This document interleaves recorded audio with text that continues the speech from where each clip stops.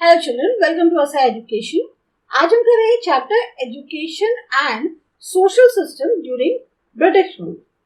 ये 5th chapter है Gujarat board से सोशल साइंस की, ग्रेड 8। एंशिएंट इंडिया में कई सारी वर्ल्ड फेमस यूनिवर्सिटीज थी, एजुकेशनल इंस्टीट्यूशन जिन्हें कहते हैं, जहाँ पढ़ाई होती है, जैसे तक्षशिला, नालंदा, वालभी, विक्रमशिला।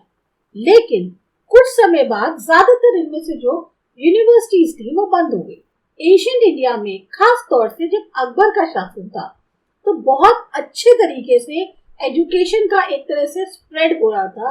हर तरह के उसमें जैसे लोग जो है ज्यादा से ज्यादा जान पा रहे थे, पढ़ाई लिखाई हो रही थी पर्शियन, उर्दू और लोकल लैंग्वेजेस में। लेकिन जब मुगल पीरियड जो है उसका डिक्लाइन हुआ, एक तरह से अब वो एंड पे आ गई, तो टीचिंग जो है, पढ़ाई जो है, अब वो स्कूल्स में होने लग गई। जो हिंदू मठ थे, मोनेस्ट्रीज यानी मठ होते हैं, या जो मदरसेज थे, मॉस्क वगैरह, वहां पर पढ़ाई होने लग गई। उनका जो तरीका था वो जो है पुराना भी था और सीमित भी था। वो प्राइमरी लेवल एजुकेशन जो है वो देते थे। अब उनकी क्योंकि फॉर्म ओल्ड थी और सीमित थी, तो वो जो है उनका जो प्राइमरी लेवल का एजुकेशन जो वो प्रोवाइड करते थे वो उस तरह के स्कोप में था, मतलब जैसे एक कहते हैं ना, जैसा पढ़ा रहे हैं एक तरीके से, बस वही चला आ रहा है, ना उसमें कोई नयापन था, ना उसमें कोई और एक्सटेंशन हो रहा था। तो इसलिए वो जो है बहुत ही सीमित एजुकेशन थी। 1757 एडी में इंग्लिश रूल जो है इंडिया में आया। 1765 एडी के बाद जो दीवानी थी, यानी जो ब्रिटिशर्स को दीवानी पावर मिल गई थी, वो मिल गई थी बंगाल, बिहार और उड़ीसा में। यहाँ तक कि ब्रिटिश रूल के दौरान भी उनकी जो पॉलिसीज थी, एजुकेशन जो है उसके कारण भी बहुत ज्यादा हर जगह इंडिया में नहीं फैल पाई।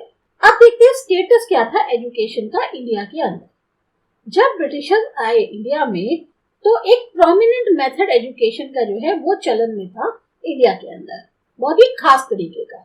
इंस्टीट्यूशनल जो एजुकेशन के इंस्टीट्यूशंस थे उनको जो है ज्यादातर गांव के स्कूल्स, पंडिया स्कूल्स या ट्रेडिशनल स्कूल्स, जिसे बोलते हैं धुलिया निशालो, ये जो है उस नाम से जाने जाते थे। कोई फॉर्मल एजुकेशन सिस्टम नहीं था। जो स्कूल जो है वो गांव की एक पब्लिक प्लेस में जो है बना दिए जाते थे, या तो बैनियन या किसी और ट्री के शेड के नीचे। कोई फिक्स्ड करिकुलम नहीं था, कोई टेक्स्ट बुक्स नहीं थी, ना कोई ट्रेन टीचर्स थे। ये जो टीचर्स थे ये एजुकेशन उनको देते थे, सिर्फ फैमिली कंडीशन कैसी है उस चाइल्ड की उसको ध्यान में रख के उसको उतना पढ़ाते थे। ओरल एजुकेशन जो है, यानी बोल चाल में जो पढ़ाई होती है, उसकी स्टार्टिंग हुई नंबर्स से, टेबल्स से, और फिर बेसिक और जो अल्फाबेट्स है उनको सिखाया जाता था। धीरे धीरे रिटन एजुकेशन जो है बच्चे की शुरू होती थी, और टीचर जो है वो खुद डिसाइड करता था कोर्स क्या होगा जो वो उसे लिखा के सिखाएगा या पढ़ाएगा। टीचर की कोई अपनी फिक्स सैलरी नहीं होती थी। जो स्टूडेंट्स के पेरेंट्स होते थे वो अपने फाइनेंशियल स्टेटस के हिसाब से उनको जो भी दे सकते थे वो पे करते थे। ज्यादा जोर दिया जाता था ओरल एजुकेशन पे। कोई अरेंजमेंट ऐसा नहीं था कि स्टूडेंट्स जो हैं वो अलग अलग स्टैंडर्ड में हैं। ये टीचर के लिए डिसाइड करना होता था कि वो बच्चों को क्या पढ़ाए। अब देखते हैं अर्ली एजुकेशन सिस्टम। ये कह सकते हैं कि एजुकेशन जो वेस्टर्न स्टाइल की थी इंडिया के अंदर, उसकी जो शुरुआत हुई वो फॉरेनर्स के द्वारा हुई। पहला एजुकेशनल इंस्टीट्यूशन इंडिया के अंदर स्टैब्लिश किया गया विलियम कैरी, जो कि सीरमपुर में थे, कोलकाता के पास, 1789 एडी में। संस्कृत, बंगाली, मराठी, हिंदी, रामायण, ग्रामर, ये सब पढ़ाया जाता था एजुकेशनल इंस्टीट्यूशन में। सीरमपुर जो है वहां पर ऐसा हुआ कि उनके जो एक फेलो मार्शमैन थे और उनकी जो वाइफ थी, उन्होंने एक गर्ल्स स्कूल का सेटअप किया।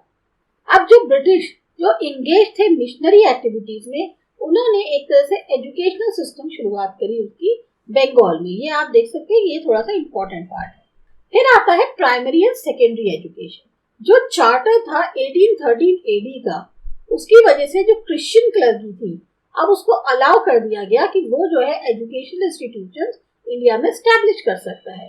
एक प्रीस्ट थे जिनका नाम था अलेक्जेंडर डफ। उन्होंने जो है सबसे पहले वेस्टर्न स्कूल की शुरुआत करी इंडिया में। ये डिसाइड किया गया कि 1 लाख रुपए पर एनम एजुकेशन के लिए रखे जाएंगे इस सिस्टम के अंदर। अरबिक, पर्शियन और हिंदी सिस्टम जो है वो जारी रहेंगे, जैसे कि एजुकेशन वो कर रहे थे वैसे। कुछ इंडिया के लीडिंग रिफॉर्मर्स यानी जो चेंज करने वाले थे और ब्रिटिश ऑफिशियल्स, उनकी राय ये थी कि जो वेस्टर्न एजुकेशन है उसे इंट्रोड्यूस करना चाहिए ऑल ओवर इंडिया। जबकि ये कुछ हिंदूज और मुस्लिम ये मानते थे कि जो एजुकेशन जो दी जानी चाहिए वो सिर्फ स्कूल्स या मदरसाज में ही होनी चाहिए। जिस समय विलियम बेंटिक का दौर था, ईस्ट इंडिया कंपनी जो है वो आगे बढ़ रही थी कि ज्यादा से ज्यादा वेस्टर्न एजुकेशन को जो है दिया जाए, जो चार्टर था 1833 एडी का उसके अंतर्गत।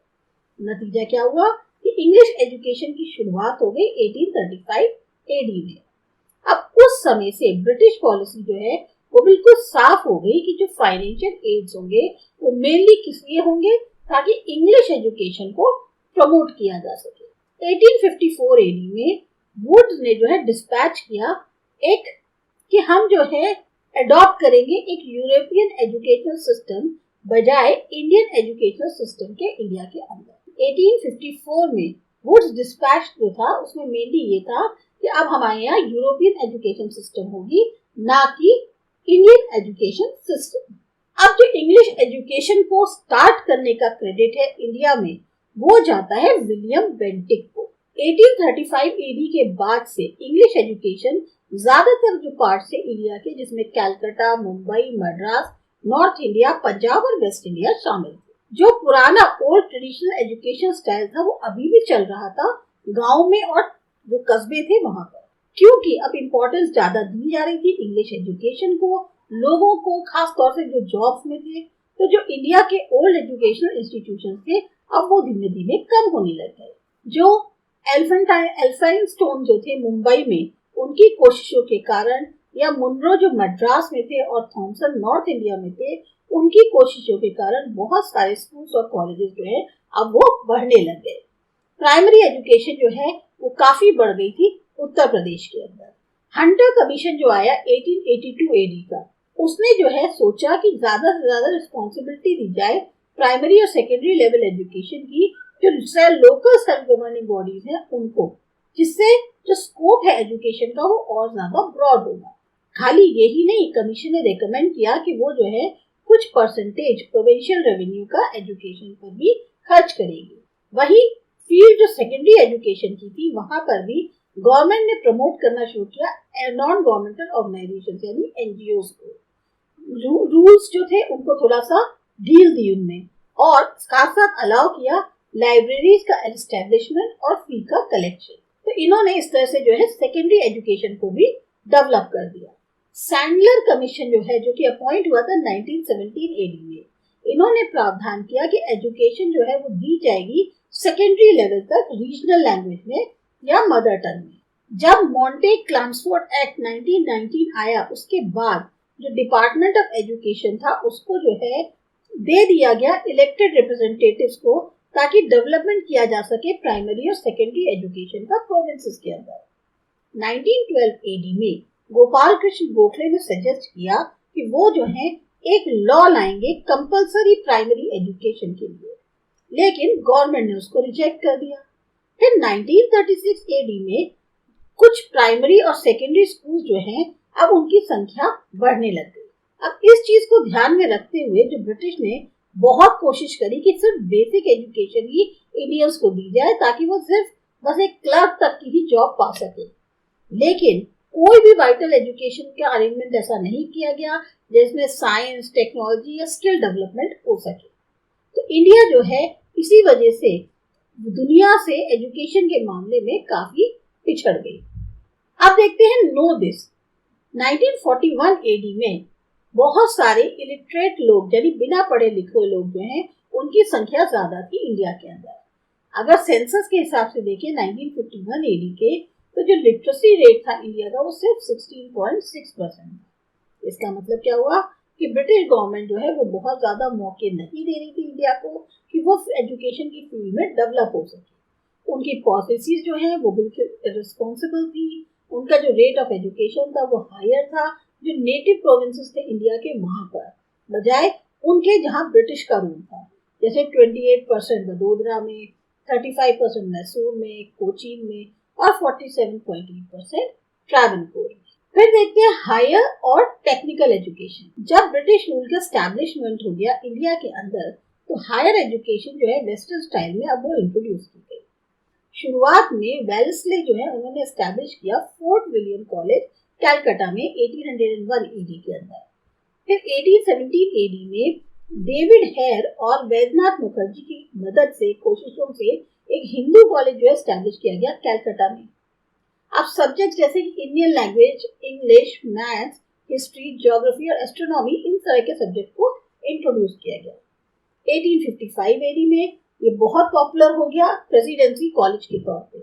शुरुआत में एक एजुकेटेड स्टाफ चाहिए था गवर्नमेंट ऑफिसर्स के लिए, तो वॉरेन हेस्टिंग्स ने एस्टैब्लिश किया कैलकाटा मदरसा 1780 में। जॉनथन डंकन, इन्होंने एस्टैब्लिश किया बनारस संस्कृत कॉलेज 1791 एडी में। एमहर्स्ट, इन्होंने एस्टैब्लिश किया संस्कृत कॉलेज कैलकाटा में 1823 एडी। तो एजुकेशन को हम कह सकते हैं मैग्ना कार्टा हायर एजुकेशन के लिए, और खास तौर से जो एजुकेशन था हिंद का, उसके लिए उसको जो है रिफॉर्म किया गया 1854 एडी में वुड्स के डिस्पैच से। यहाँ उसने स्पेसिफिकली रिकमेंड किया कि एस्टैब्लिशमेंट होना चाहिए यूनिवर्सिटी का हर प्रोविंस में, एक सेपरेट एजुकेशन डिपार्टमेंट होना चाहिए, मेंटेनेंस होनी चाहिए गवर्नमेंट कॉलेजेस की और स्कूल्स की। उन्होंने ये भी रिकमेंड किया कि गवर्नमेंट जो है प्रोवाइड करे ग्रांट्स प्राइवेट स्कूल्स को, ट्रेनिंग इंस्टीट्यूट्स खोले टीचर्स की ट्रेनिंग के लिए, बिजनेस का स्कोप बढ़ाने के लिए, वोकेशनल एजुकेशन के लिए इनको जो है और ज़्यादा मेहनत करनी चाहिए, स्टैब्लिश करना चाहिए प्राइमरी और सेकेंडरी स्कूल्स को हर तालुका में, डिस्ट्रिक्ट में, और विमेन एजुकेशन को प्रमोट करना चाहिए। यहाँ तक कि उन्होंने स्कॉलरशिप्स भी प्रोवाइड करी। जो वुड्स डिस्पैच था 1854 एडी में, उसके कारण अपॉइंटमेंट हुआ एक डायरेक्टर ऑफ एजुकेशन का प्रोविंस के अंदर, और एस्टैब्लिशमेंट हुआ सेपरेट एजुकेशन डिपार्टमेंट का। जो यूनिवर्सिटीज थी अब वो एस्टैब्लिश हुई कैलकाटा, मुंबई और मद्रास में, उस मॉडल का यूनिवर्सिटी जैसी लंदन में थी। 1882 एडी में जो यूनिवर्सिटीज थी वो एस्टैब्लिश हुई पंजाब और इलाहाबाद में। एल्फाइनस्टोन कॉलेज जो है उसकी शुरुआत हुई मुंबई में 1844 एडी में। तो इस तरह से जो कॉलेजेस थे या यूनिवर्सिटीज थी उनका एस्टैब्लिशमेंट हुआ अलग अलग पार्ट्स में इंडिया के, जहाँ पर हायर एजुकेशन दी जाती। 1904 एडी में कर्जन ने एक लॉ पास करी जो कि रिलेटेड थी यूनिवर्सिटीज से, और रिड्यूस कर दिया नंबर ऑफ इलेक्टेड मेंबर्स को, और वहां पर जगह दे दी इलेक्टेड मेंबर्स को सेनेट में।